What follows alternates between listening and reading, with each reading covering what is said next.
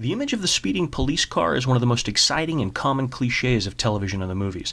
In reality, high-speed chases are rare, especially in suburban areas like Danville, but it's still a skill set law enforcement professionals are keen to maintain, if for no other reason than the day-to-day reality of their work. We spend the majority of what we're out there doing. Our job is driving a police car and getting to calls as quickly as we can, as safely as we can. The 2013 Danville Citizens Police Academy is a 6-week course presented in modules that feature different aspects of policing, all intended to provide participants a closer look at the work police officers do in the community.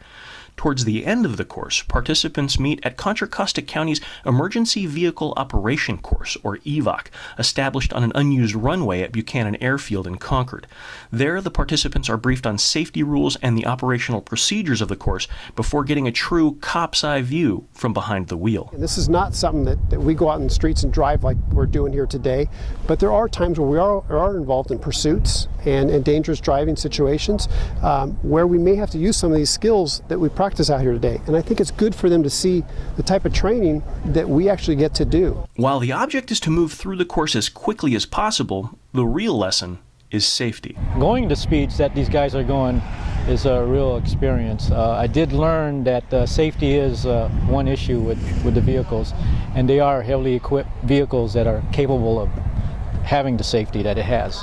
Most calls are pretty urgent, but if we can't get there safely, what good do we do anybody, whether it's our partner or another citizen? And the reality of moving safely at high speeds isn't as easy as it looks on TV. When you see people doing it on TV, it's a lot different when you're actually behind the wheel. Participants first rode as passengers on an orientation lap and then drove with an officer on board before they were given a chance to test their driving skills on their own. There's a spot on the end of the course over here that it's a pretty good S-curve, and they don't want you to use the brakes going through it. So you have to keep on your mind. You know, obviously people here are probably using the brakes, but when they go through their training, they're not allowed to use brakes going through those corners, and it's pretty tricky, and the little bit of loose asphalt over there, so the back end of the car squeals a little bit, so it's a lot of fun.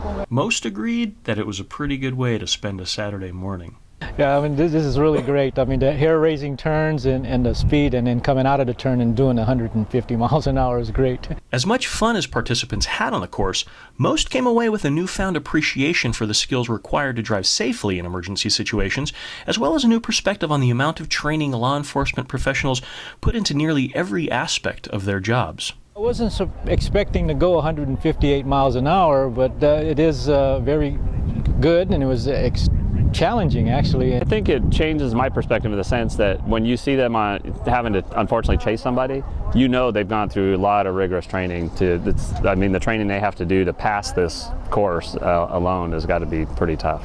And for the officers and course instructors, it's a welcome opportunity to share a bit of their world with the people they serve. I'm just glad to see these people coming out here and that are people that are interested in seeing what police do, and I think it's really cool. You know, it gives them a good opportunity to find out what this is all about. This series will continue its look inside the 2013 Danville Citizens Police Academy as participants next grapple with the most controversial aspect of policing, the use of force.